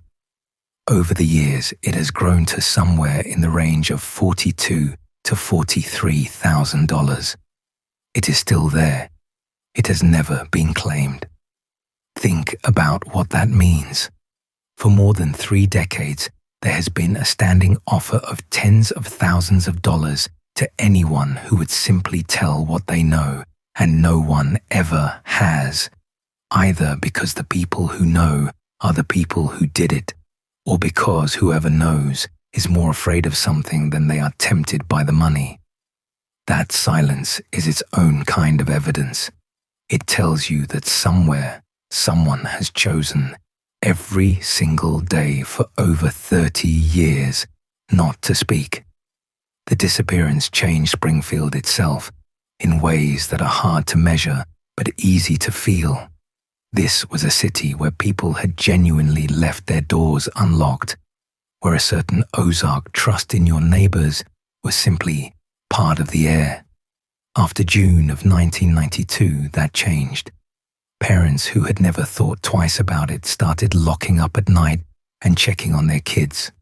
Young women in the area grew up hearing the story as a warning, the cautionary tale that hung over every graduation, every sleepover, every late drive home. The case seeped into the ordinary rhythms of life there, into the way a mother waited up, into the small extra worry that attached itself to a daughter who had not yet called. An entire community learned, all at once, that the safety it had taken for granted was thinner than it had believed. It landed especially hard on the people who had been close to it. The graduating class that Suzie and Stacy belonged to went out into adulthood carrying this. Their reunions, the 5-year and the 10-year and the 20-year, came and went with 2 of their classmates still missing, 2 empty places that never got filled, 2 names that were always spoken at the gatherings where the rest of them grew up, married, had children, and grew older. Suzie and Stacy stayed 19 and 18 forever, frozen at the threshold, while everyone who had stood beside them in cap and gown went on living the futures that were stolen from the 2 of them. There is a particular grief in that, in being the ones who got to keep going, and the community did not look away. To the credit of the people of Springfield, they have refused, for more than 3 decades, to let this become someone else's problem or someone else's story. They kept the billboards up, they kept the candles lit, they showed up at the vigils year after year. People who had never even met the 3 women, standing in a park in the dark because it felt wrong to let the anniversary pass unmarked. That kind of sustained communal attention is rare, and it matters. It is the way a town tells 3 families that they are not grieving alone, and it is the way a town tells whoever did this that it has not forgotten, and that it will not. If there is one person who became the face of the long search, it is Janice McCall, Stacy's mother. In the years and decades after her daughter vanished, Janice refused to let the case fade. She gave interviews, she spoke at vigils, she kept the names in front of the public when it would have been so much easier and so much less painful to retreat into private grief. In a 2017 interview 25 years after that night, she said something that captures the whole impossible weight of it. She said that she had expected Stacy home that night, or the next day, or maybe a couple of days after, and that never in her wildest imagination did she think that 25 years later she would still be standing there saying that Stacy was missing. That is the particular cruelty of a disappearance as opposed to a death you can name. The mind cannot fully let go because nothing has been confirmed. There is always a thread, however thin, of maybe somewhere, maybe somehow. And that thread does not bring comfort. It brings a kind of permanent suspension, a grief that can never quite begin because it is never allowed to be certain. Janice McCall has lived inside that suspension for more than 30 years. She has suffered heart attacks, she has aged, and she has kept showing up year after year to make sure her daughter is not forgotten. Suzie and Sherrill had family who carried it too. Suzie had a brother, Bart Streeter, who lost both his sister and his mother on the same night, an almost unimaginable double absence in a single house. He cooperated with the investigation in those early days, as family members close to a case often must, and he carried the loss in his own way through the years that followed, sometimes speaking out on behalf of his mother and sister, sometimes struggling under the sheer weight of what had happened. Grief does not move through people neatly. It does not look the same on everyone, but it was there, in all of them, the whole time. Every year, on the anniversary, people in Springfield have gathered to remember. At the Victims' Memorial Garden in Phelps Grove Park, there is a bench dedicated to the three women, placed there in June of 1997. It is a quiet thing, a place to sit, and on the anniversaries, candlelight vigils have been held there. People come and light candles in the dark. At the 30th anniversary in June of 2022, dozens of people gathered at that garden. Janice McCall, recovering from a heart attack she had suffered only days before, was determined to be there. She spoke about the candles, and she said she hoped that lighting them might be one way of lighting the women's way back. The Springfield police chief stood before the crowd and, as a father of daughters himself, told Janice that he could not imagine what she had carried. Light their way back. That is what a mother said, 30 years on, still hoping. Not for justice in that moment, not for an arrest, not even for an answer, just for them to come home. There is something in that simple, impossible wish that says everything about what this case really is.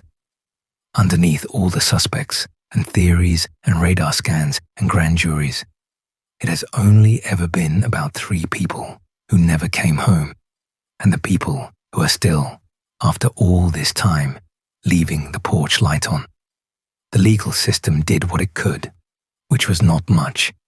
As we said, in 1997, Sherrill Levitt and Suzie Streeter were declared legally dead. That allowed certain practical matters to be settled, but it answered nothing. The case files remain open. The women remain, in the language of the law and the police, missing persons, and the Springfield Police Department has continued to call it an active investigation. Even now, decades later, they say the case is not closed, that tips are still reviewed, that detectives still return to the file. It is worth saying plainly how much this case shaped the people who worked it. Detectives have described being consumed by it, carrying it home, never quite letting it go even after they moved on or retired. Journalists who covered it in 1992 were still talking about it 25 and 30 years later. There's something about three women disappearing from a single house, leaving everything behind, that lodges in people and does not come loose. It violates a basic assumption we all live by, the assumption that we are safe in our own homes, that the front door means something, that the people we love will be where we left them. The Springfield Three took that assumption away from an entire community, and it never fully came back. And then there is the matter of timing, of where in history this crime fell, which is one of the quietest tragedies of the whole case. Have you ever wondered how differently this might have gone if it had happened today instead of in 1992? One of the early detectives on the case, a man named Mark Webb, reflected years later on how different the world was back then, and it is worth sitting with what he meant. In June of 1992, there were no smartphones in anyone's pocket. There were no cell towers logging where a phone had been at 2 a.m. There were no security cameras on the front of every business, no doorbell cameras watching every porch, No license plate readers on the highways, no traffic cameras at the intersections. If a strange car had been parked in Susie's usual spot in the driveway, no camera recorded it. If a vehicle had driven away from East Delmar Street before dawn with 3 women inside, no lens caught its plate. The digital trail that today follows every one of us, almost everywhere we go, simply did not exist. Think about what we have now that they did not have then. Forensic DNA analysis in 1992 was in its infancy, a fraction of what it is today, and the investigative genetic genealogy that has solved so many decades-old cases in recent years was still a quarter century away from being invented. Today, a single hair, a single skin cell left by whoever was in that house could potentially be traced to a name through a family tree built from public DNA databases. In 1992, that same trace, even if it had survived the contamination of the scene, would have been almost useless. The women vanished in a narrow seam of history after the era when a whole neighborhood sat on its porch in the evening and watched the street, and before the era when machines watched the street for us, after the world had gotten big enough that a person could move through it unseen, and before it had gotten wired enough to see them anyway. They slipped through a gap in time, and that gap has never been closed.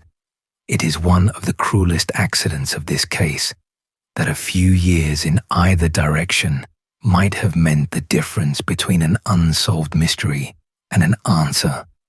And yet that same passage of time cuts both ways, and this is where a thread of hope still runs through the dark. The technology has caught up.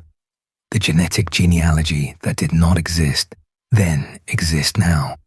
The databases grow larger every year.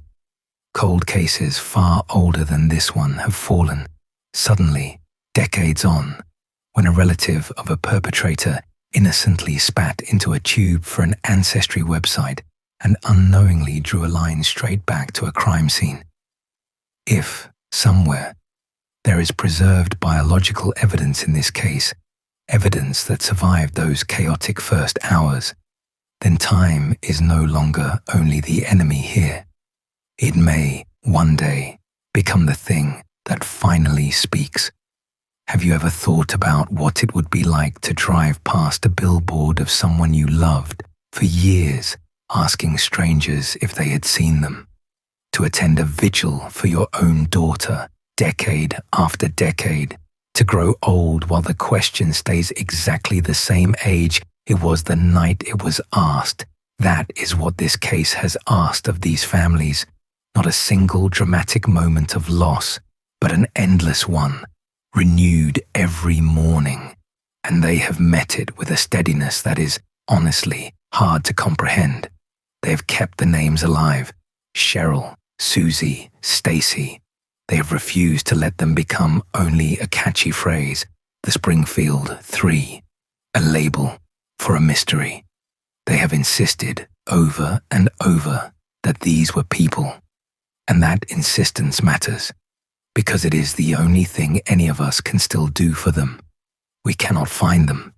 We have not been able to, in more than 30 years. But we can refuse to let them flatten into a puzzle. We can keep saying their names and saying who they were, and holding the door open in our own small way. So as we come to the end of this story, that is what I want to do. Not to leave you with the suspects, or the theories, or the radar anomalies, or the cold dread of an unsolved crime, but to bring it back one last time to the 3 women themselves, to who they were on the last good day before any of this, because they were here, and they mattered, and they still do. Before we say goodbye to them, though, I want to go back into that house one more time, not to look for a suspect. We have done that. But to look slowly at the things they left behind, because those ordinary objects are the closest thing we have to a final message from Sherrill, Suzie, and Stacy. The house could not tell us who took them, but it told us very clearly that they did not choose to go. Start with the money. Nearly $900 in cash sitting in Sherrill's purse on the floor. That was a deposit from the salon, the kind of money a working single mother does not leave lying around. People who run away take their money. People who are abducted leave it behind because they are not thinking about money in that moment, because someone else is making the decisions. The cash is one of the quietest and most certain pieces of proof that this was not a departure. No one walks away from their own life and forgets $900 on the bedroom floor. Then the cars, 3 vehicles, all in the driveway, all with their keys accounted for inside. Whatever happened, the women did not drive away in their own cars. If they left in someone else's vehicle, or on foot, in the dark, leaving 3 perfectly good cars sitting where they always sat. Nigel Kenny, Suzie's friend, made a small observation that has always stuck with people who study this case. Suzie was particular about where she parked. She always put her car in the same spot, and the morning everything was found, her car was not in its usual place in the carport. Kenny wondered whether that meant someone else's vehicle had been parked there first, in Suzie's spot. When she and Stacy came home before dawn, a stranger's car, in the place where hers should have been. We do not know if that is what happened, but it is the kind of detail that makes the hair on your arm stand up, because it suggests that someone may have already been there, waiting, when the girls pulled in. Then the cigarettes. Sherrill was a heavy smoker. Suzie smoked too. Both of their cigarettes were left in the house. The people who knew Sherrill said it plainly. She did not go anywhere without her cigarettes. For a smoker, that small habit is almost involuntary. You grab your keys, your purse, your cigarettes. The fact that they stayed behind is, in its own small way, as telling as the abandoned cash. These were not women who packed. Then the half-finished can of Coke, sitting on the nightstand next to those cigarettes. A drink someone was in the middle of, not finished, not thrown away, just set down, mid-sip, in the ordinary way you set down a drink when you expect to pick it up again in a minute. Whatever interrupted that night, interrupted it suddenly enough that a can of Coke was simply abandoned where it sat. Then the television, glowing with static in the dark. They had been watching something, almost certainly, the way teenagers do at a sleepover, a movie running late into the night. And when it ended, no one turned the set off.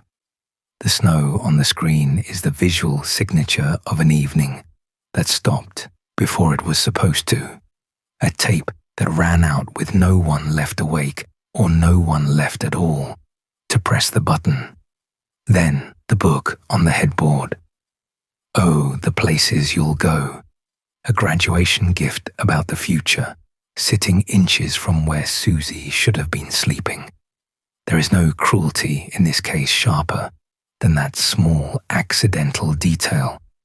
A book about all the journeys ahead of a young woman, left open to no one, in a room she never came back to. And then the dog, Cinnamon, the little Yorkshire Terrier who was there the whole time, who saw whatever there was to see, who was found the next morning frantic and crying and barreling at the people who came through the door. Animals tell you things in the only language they have. A dog that agitated, that distressed, is a dog that something happened to or around. If 3 women had calmly gathered their things and walked out the door for a planned trip, the dog would not have spent the night in a state of panic.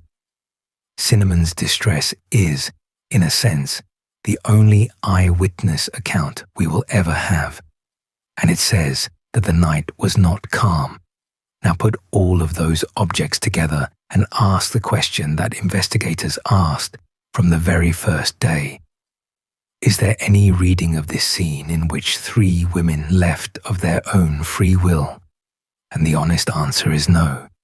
Not the money, not the cars, not the cigarettes, not the unfinished drink, not the running television, not the frightened dog.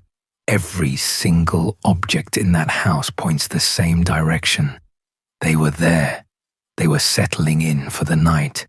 And then, against their will, they were taken.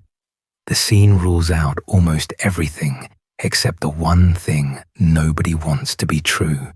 So the real mystery of the Springfield Three is not whether they were abducted. The house answered that. The real mystery is how. How does someone remove 3 grown women from inside a house in a residential neighborhood in the small hours of a June morning so quietly that not one neighbor reported a scream, a shout, a car door, a struggle? Have you ever wondered what that would actually take? 3 people, 2 of them young and healthy, one of them a grown woman in her own home. To get all 3 out of that house without a fight that left blood or broken furniture or a sound that carried. Someone would have needed leverage, a weapon, almost certainly, and probably a way to keep 3 people compliant and quiet at the same time, which is very hard for one person to do, and which is part of why some investigators have leaned toward the idea of more than one perpetrator. Or it would have taken a ruse, something that got the women to open the door or to step outside willingly before they understood what was happening. The broken porch globe sits right at that threshold, at the door, at the edge between inside and out. We will never know for certain what shattered it, but it is the one piece of physical disturbance in an otherwise undisturbed house. And it is exactly where a confrontation at the door might have begun. Let me put you in the neighborhood that night, one last time. You're on East Delmar Street in Springfield in the dark hours before dawn on June 7th, 1992. The houses are dark. The cicadas have gone quiet. It is that deepest part of the night when even a quiet city holds its breath. Somewhere on this street, inside one ordinary house, 3 women are being taken from their lives. And here is the part that should unsettle you. You, in the house next door, hear nothing. You sleep through it. The most violent rupture imaginable in 3 families' lives happens within a few yards of other sleeping people, and it makes no more noise than the night itself.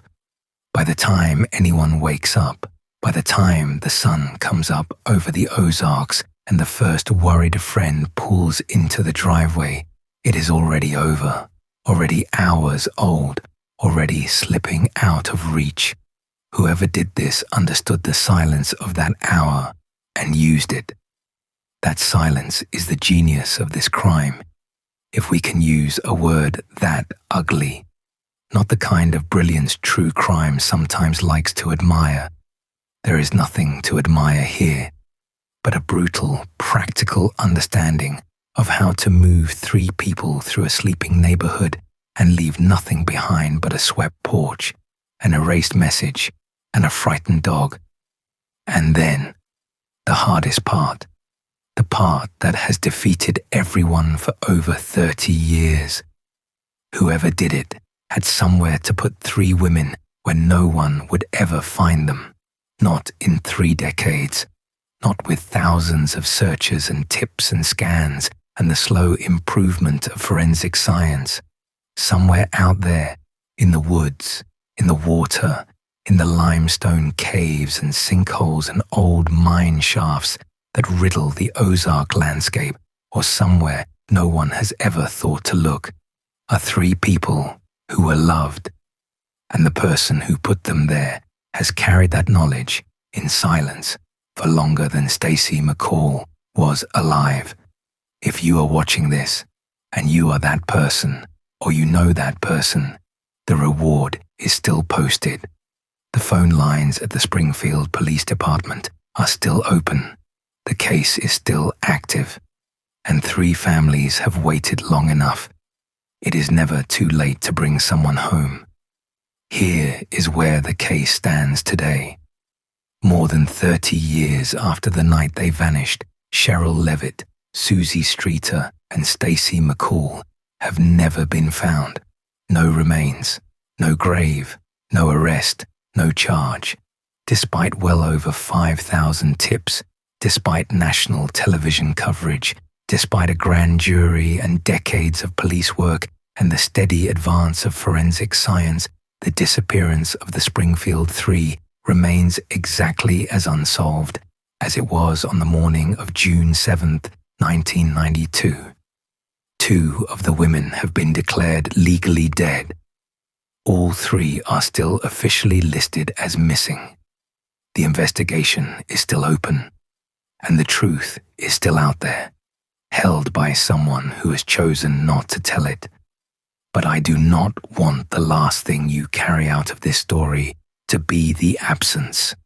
I want it to be them, because behind the case file, behind the phrase, the Springfield Three, behind every theory and every suspect we have spent this time considering were 3 real people, and they deserve to be remembered for how they lived, not only for the question of how they were lost. Sherrill Levitt was 47 years old. She was a single mother who had built a life and a home for herself and her daughter. She spent her days as a cosmetologist, doing the small, kind, human work of helping people feel a little more like themselves. She was close enough to her grown daughter that they chose to live together, not out of necessity, but out of love, more like friends than like a mother managing a teenager. On her last evening, she was at home, planning to refinish a wardrobe, thinking about paint colors, making the kind of small plan that means you expect to wake up tomorrow and the day after and the day after that. She had a doctor's appointment on Monday. She had clients to see later that week. She was a woman in the middle of an ordinary, ongoing life, and she loved her daughter, and her daughter loved her, and they were taken from the same house on the same night. Suzie Streeter was 19. She had just graduated, just crossed that threshold into adulthood. She was a creature of habit, particular about small things, the kind of person whose friends knew exactly how she parked her car. She worked at a movie theater. She had her whole complicated, hopeful young life ahead of her, the relationships and the mistakes and the growing up that all of us are lucky enough to get to do. She was excited about a new waterbed, of all things, excited enough that she came home that night just to show it to her friend.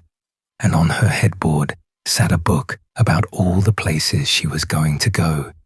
She never got to go to any of them, but she was here and she was loved. And her brother lost both his sister and his mother in the space of a single night. Stacy McCall was 18, the youngest of the 3, a girl who by every account was thoughtful and responsible and good. She was the friend who called when she said she would call, the daughter who told her mother her plans and kept them. On her last day, she posed for photographs with her graduation cake and a brand new puppy, surrounded by a family who adored her at the very start of everything. She had a job to go to. She had made plans to reconnect with an old friend 2 days later.